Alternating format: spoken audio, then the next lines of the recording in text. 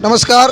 आज आपण मुरुड या ठिकाणी आहोत आणि लक्षणीय उपोषण मुरुडकरांच्या पाणी प्रश्नावर या ठिकाणी जयदीप सुरवशे आणि शाहीन सय्यद यांनी भीमक्रांती संघाच्या मार्फत या ठिकाणी लक्षणीय उपोषण या ठिकाणी केलेलं आहे. आपण थेट त्यांच्याशी संवाद साधूयात आणि हे कशासाठी उपोषण आहे ते आपण जाणून घेऊयात. आपल्यासोबत बोलण्यासाठी या ठिकाणी शाहीन सय्यद आहेत. काय सांगाल मॅडम? नमस्कार सर. मी भीमक्रांती संघाची जिल्हा सचिव शाहीन सय्यद बोलते. इथं विषय आहे मुरुडकरांच्या आरोग्याचा, जेणेकरून विषय आम्ही घेतला आहे की जलशुद्धीकरणाचा.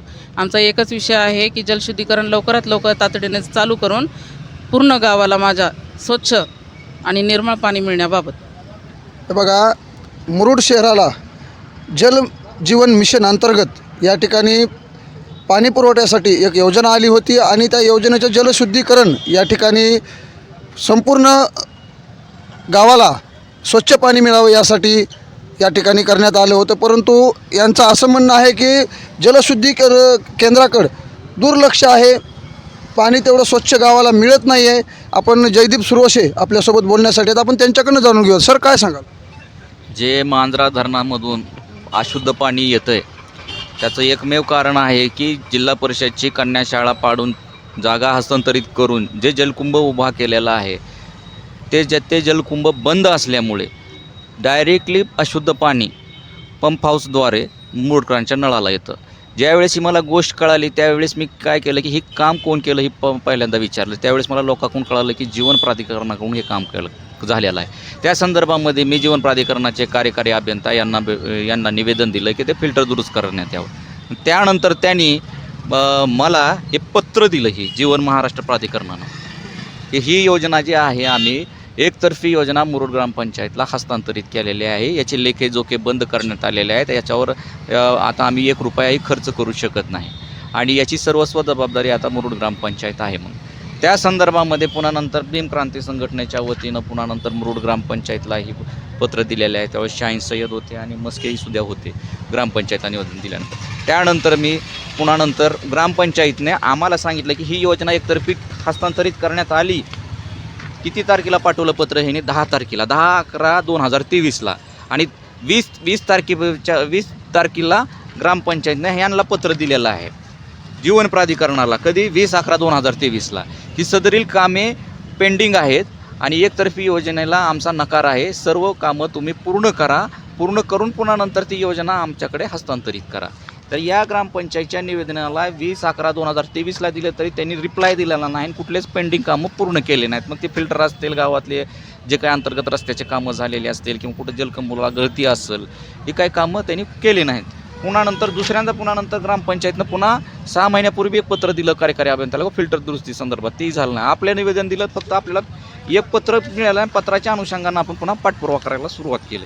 आणि त्याच्यानंतर निवळी आरोग्य केंद्राचं पत्र ग्रामपंचायतला काढलं होतं की कावीळ आणि टायफॉईडची संख्या जास्त झालेली आहे आणि अशुद्ध पाण्यापुरवठामुळे झालेलं आहे. गावात दंडी फिरवा, गाळून उकळून पाणी पिण्यासंदर्भात लोकांना सांगा, हॉटेलवाल्यांना शुद्ध पाणी पुरवायला सांगा, कारण कावीळ आणि टायफॉईडची संख्या मुरुडमध्ये जास्त प्रमाणात झालेली आहे. मग पुन्हा नंतर आपण पंचायत समितीचे गट विकास अधिकारी यांना निवेदन दिलं, मुख्य कार्यकारी अधिकारी यांना निवेदन दिलं, पुन्हा नंतर कार्यकारी अभियंत्याचे अधीक्षक अभियंता आहेत त्यांना निवेदन दिलं.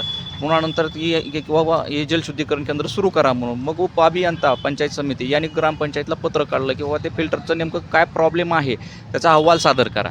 पुन्हा नंतर आपण कलेक्टरला निवेदन दिलं. कलेक्टरने लघु पाटबंधारे विभागाचे कार्यकारी अभियंता आणि जीवन प्राधिकरणाचे कार्यकारी अभियंता यांना पत्र काढलं किंवा ते फिल्टर दुरुस्ती संदर्भात कारवाई करा. मग पुन्हा नंतर ह्याच्यानंतर 4-5 दिवसापूर्वी कार्यकारी अभियंता जीवन प्राधिकरणाचे उपअभियंता, शाखा अभियंता आणि लघु पाटबंधारे विभागाचे कार्यकारी अभियंता आणि शाखा अभियंता आणि BDO यांनी जलशुद्धीकरण केंद्राला भेट दिली. फिल्टर काय बंद आहे त्याची ती सविस्तर त्यांनी पाहणी केली. पाहणी करून निघून गेले. निघून गेल्यानंतर पुन्हा जीवन प्राधिकरणाच्या उपअभियंत्यांनी पत्र दिलं. त्या पत्राच्या अगोदर आम्ही कलेक्टरला पत्र दिलं की 15 ऑगस्टला आम्ही लाक्षणिक उपोषण करणार आहोत, तुम्ही ते फिल्टर दुरुस्त करा म्हणून. जे पहिलं निवेदन दिलं तर त्याच्यामध्ये मी उल्लेख केला होता 15 ऑगस्टचा किंवा 15 ऑगस्टला जर फिल्टर नाही 7 दिवसात सुरू झाला तर आम्ही बसू. 7 दिवस उरकून गेले, पुन्हा निवेदन दिलं आणि उपोषणाचा इशारा दिला.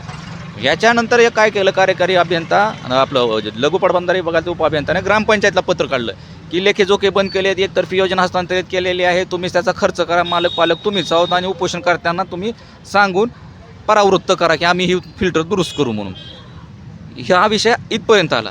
तुमच्यासोबत बोलण्यासाठी ग्रामपंचायतचे कोणी आले होते का, किंवा मग शासन प्रशासनाचे आपल्यासोबत काही संवाद त्यानंतर झाला आहे का?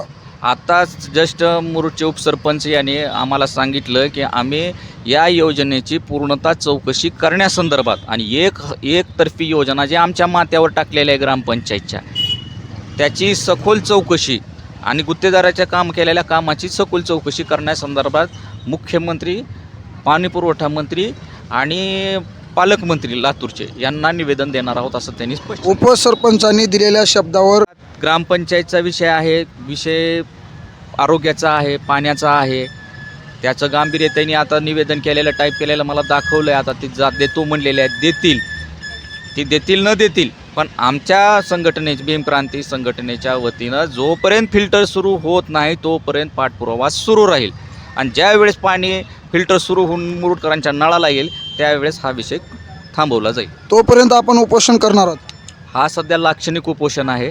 आता आम्ही लाक्षणिक उपोषण झाल्यानंतर परत निवेदन देणार आहोत शासन प्रशासनाला. आम्ही सुद्धा वरी मुख्यमंत्र्याला, पाटबंधारे मंत्र्याला निवेदन देणार आहोत, फॉलोअप घेणारच आहोत. आता कमीत कमी पाहणी करून गेले, समजा जीवन प्राधिकरणानं हात वर केले, कार्यकारी अभियंता लघु पाटबंधाऱ्याचं ते पाहू शकतो ना, तो इस्टिमेट बनवू शकतो फिल्टरची काय दुरुस्ती आहे काय नाही. टंचाई अंतर्गत निधीत 20 कोटी येऊन पडलेला आहे जिल्हा परिषदला. 20 कोटीतून जी काही मुरुडकरांना फिल्टरसाठी 5 लाख, 6 लाख, 7 लाख किंवा 10 लाख रुपये खर्च नाही ते करू शकतात.